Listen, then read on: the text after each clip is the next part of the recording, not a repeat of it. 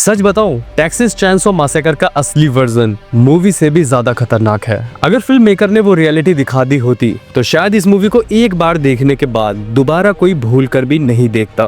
क्योंकि ये जो विलन है ना, लेदर फेस, लोग सोचते हैं कि ये बस एक हॉरर कैरेक्टर है, पर असली सच ये है कि रियलिटी उससे भी ज्यादा डेंजरस है। पर सवाल ये है कि क्या कोई आदमी रियल जिंदगी में इतना ज्यादा खूंखार हो सकता है, और आखिर कौन सी वजह ने एक नॉर्मल इंसान को लेदर फेस जैसा मॉन्स्टर बना दिया। ये सब समझने के लिए वीडियो को लास्ट तक जरूर देखना। और अगर आपने अभी तक ये मूवी नहीं देखी तो एक फ्रेंडली रिक्वेस्ट है कि रात में अकेले इस मूवी को मत देखना, क्योंकि कुछ सीन्स ऐसे हैं कि उनको देखकर आपकी हालत खराब हो जाएगी।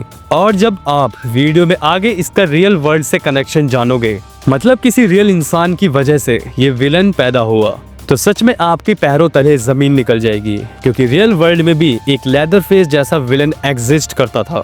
मूवी की कहानी एक ऐसे विलन के अराउंड घूमती है जो कि बिना सोचे समझे लोगों को बस मौत के घाट उतार देता था। पर शॉकिंग बात यह है कि लेदर फेस एक पहले नॉर्मल और एक अच्छा इंसान हुआ करता था, पर एक स्किन डिसीज ने उसका पूरा चेहरा बिगाड़ दिया।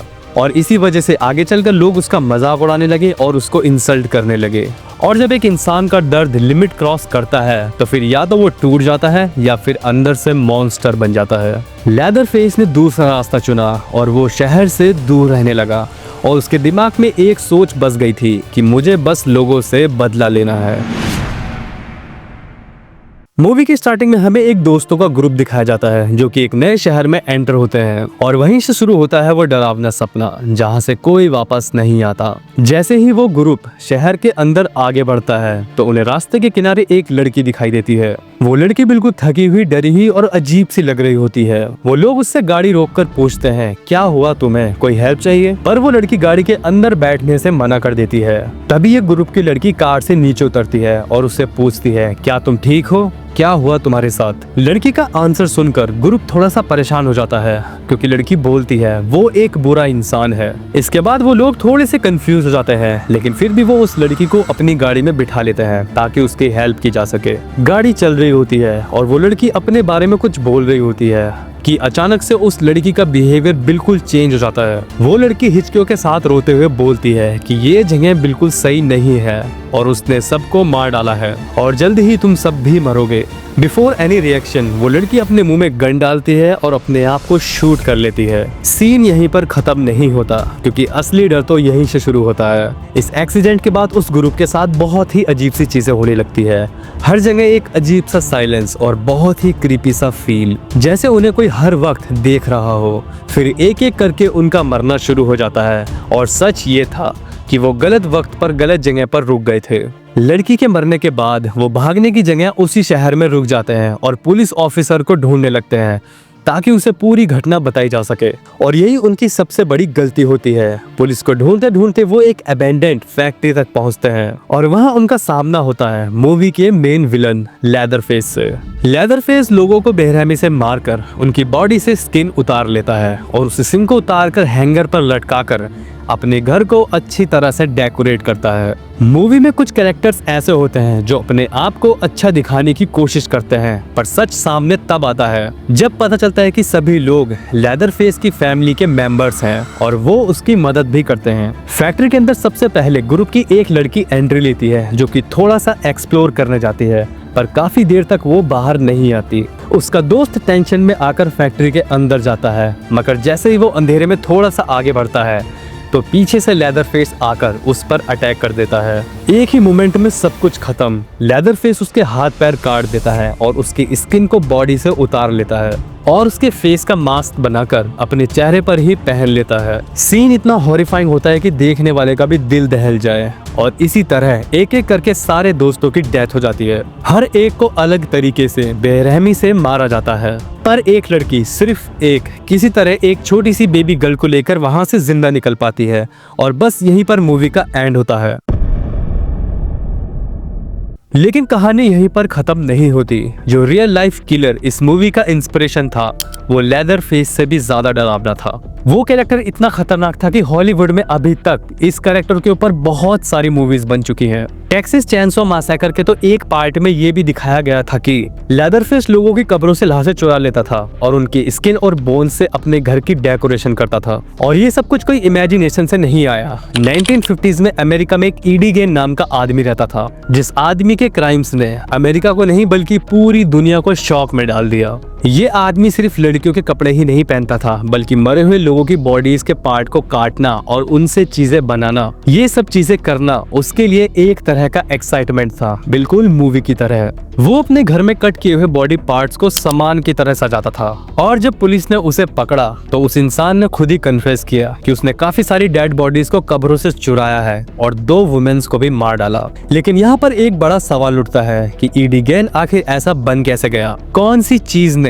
एक नॉर्मल से बच्चे को इतना ज्यादा खूंखार किलर बना दिया? ये कहानी शुरू होती है 1906 से, जब ईडी एक छोटा सा बच्चा था और उसकी माँ एक हाउसवाइफ थी। और ईडी के जो पिता थे वो बहुत ही ज्यादा ड्रिंक करते थे, इतना कि उनको अपना ही होश नहीं रहता था। शायद इसी वजह से ईडी और उसका भाई अपनी माँ के फुल कंट्रोल में रहते थे। ईडी की माँ का बिहेवियर बहुत ही अजीब सा था। वो दोनों भाइयों को किसी से बात करने नहीं देती थी, और अगर ईडी या हेनरी ने किसी को अपना फ्रेंड बना भी लिया तो उनकी माँ उन दोनों भाइयों को घर में बहुत ही बुरी तरीके से मारती थी।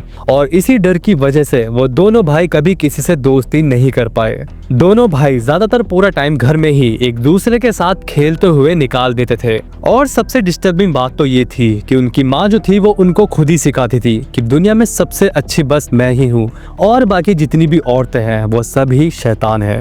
और वो अपने दोनों बच्चों को ये भी बोलती थी कि औरतों से दूर रहना चाहिए। पर इन सब बातों का हेनरी पर ज्यादा इफेक्ट नहीं हुआ। लेकिन ईडी इन सभी बातों को गलत तरीके से अपने दिमाग में बिठाकर बड़ा होता गया। लेकिन उनके घर में एक और ट्रेजेडी आ गई। ईडी के फादर की डेथ हो गई।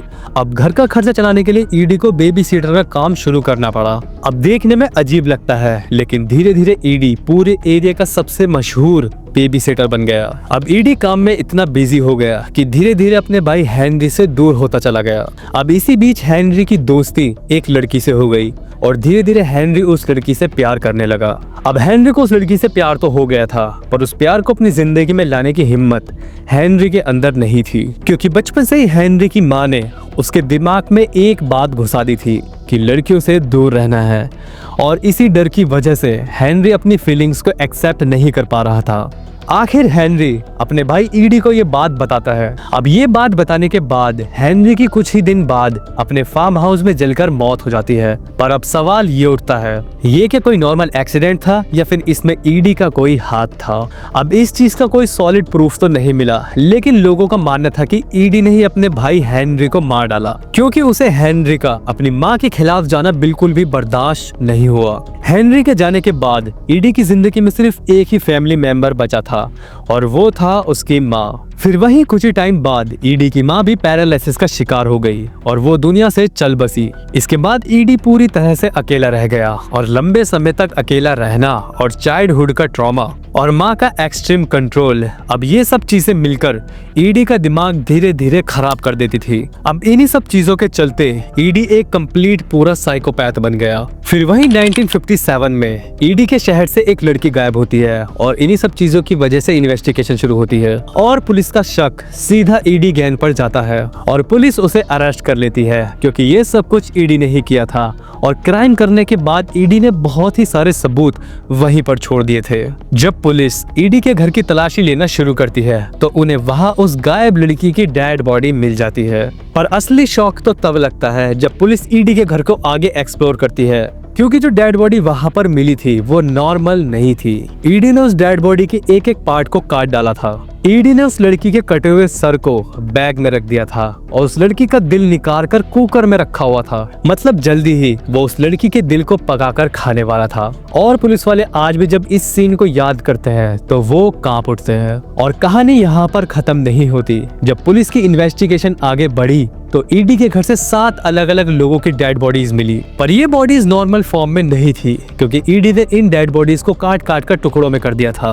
और सबसे शॉकिंग बात, ईडी ने इन डेड बॉडीज के पार्ट का यूज करके अपने घर के लिए सामान बना रखा था। वो हड्डियों से स्पून्स और चॉपस्टिक्स बनाता था, और घर डेकोरेट करने के लिए उसने बहुत सारी चीजें ह्यूमन बॉडी पार्ट से तैयार कर रखी थी। ईडी के घर से जो लैंप मिला था वो रियल ह्यूमन स्किन से बना हुआ था, जिसमें इंसान की फेस की चमड़ी तक लगी हुई थी, और जो ईडी बेल्ट पहनता था वो ह्यूमन निप्पल से बनी हुई थी। साथ ही साथ ईडी ने सारे विक्टिम्स की फेस स्किन से फेस मास्क तक बना रखे थे, और वो उन सभी मास्क को कभी कभार अपने फेस पर पहनता भी था। अब ये सब चीजें सुनकर किसी भी इंसान का दिल दहल जाए, तो सोचो पुलिस ने ये सब कुछ अपनी आंखों से देखा तो उन पर क्या बीती होगी। लेकिन पुलिस का काम ही होता है ऐसे क्रिमिनल्स से निपटना, और पुलिस ने बिल्कुल वैसा ही किया। उन्होंने ईडी पर बिल्कुल भी रहम नहीं दिखाया। उन्होंने ईडी को बहुत मारा। बहुत मार खाने के बाद ये खूंखार साइकोपैथ किलर भी टूट गया और उसने सब कुछ एक्सेप्ट कर लिया। जैसे कि मैंने पहले बताया, ईडी ने ऑफिशियली सिर्फ 2 लोगों की हत्या की थी। तो फिर क्वेश्चन ये था कि इतनी सारी डेड बॉडीज ईडी के घर में आई कहां से थी? तो जवाब सिंपल है और थोड़ा सा डिस्टर्बिंग है। ईडी ये सारी डेड बॉडीज को कब्रिस्तान से चुरा कर लाता था, और इन्हीं डेड बॉडीज से ईडी ने एक ऐसा सूट भी बनाया था जिसे पहनकर वो अपनी मम्मी जैसा बन जाता था। जब पुलिस को ईडी के बारे में हर एक डिटेल मिल गई तो फाइनली इस केस को बंद कर दिया गया। अरेस्ट करने के बाद ईडी को जेल नहीं भेजा गया, बल्कि उसे सीधे मेंटल हॉस्पिटल भेज दिया गया, और वहीं पर 77 साल की उम्र में ईडी गैन की डेथ हो गई। ईडी की डेथ के बाद उसकी बॉडी को उसकी माँ के बगल में ही दफना दिया गया। पर कहानी का सबसे क्रीपी ट्विस्ट यहाँ पर ही है। ईडी गैन लोगों के बीच में इतना ज्यादा पॉपुलर हो चुका था कि लोगों ने उसकी कब्र को भी नहीं छोड़ा। किसी ने ईडी की डेड बॉडी को उसकी ही कब्र से चुरा लिया, और वो डेड बॉडी आज तक कभी नहीं मिली। सोचो, एक साइकोपैथ किलर की लोग लाश तक ले गए, लेकिन आखिर ऐसा किसी ने क्यों किया? क्या सिर्फ डर की वजह से, या फिर कुछ और ब्लैक मैजिक टाइप जैसा रीजन? अब आपको क्या लगता है, लोग किसी साइकोपैथ किलर की डेड बॉडी को क्यों चुरा कर ले गए होंगे? आप जो भी सोचते हैं कमेंट करके जरूर बताएं। अगर वीडियो अच्छी लगी हो तो लाइक करें, शेयर करें और सब्सक्राइब करें रैम्स ऑफ रियलिटी। मैं मिलता हूँ आपसे अगली वीडियो में, तब तक के लिए स्टे क्यूरियस।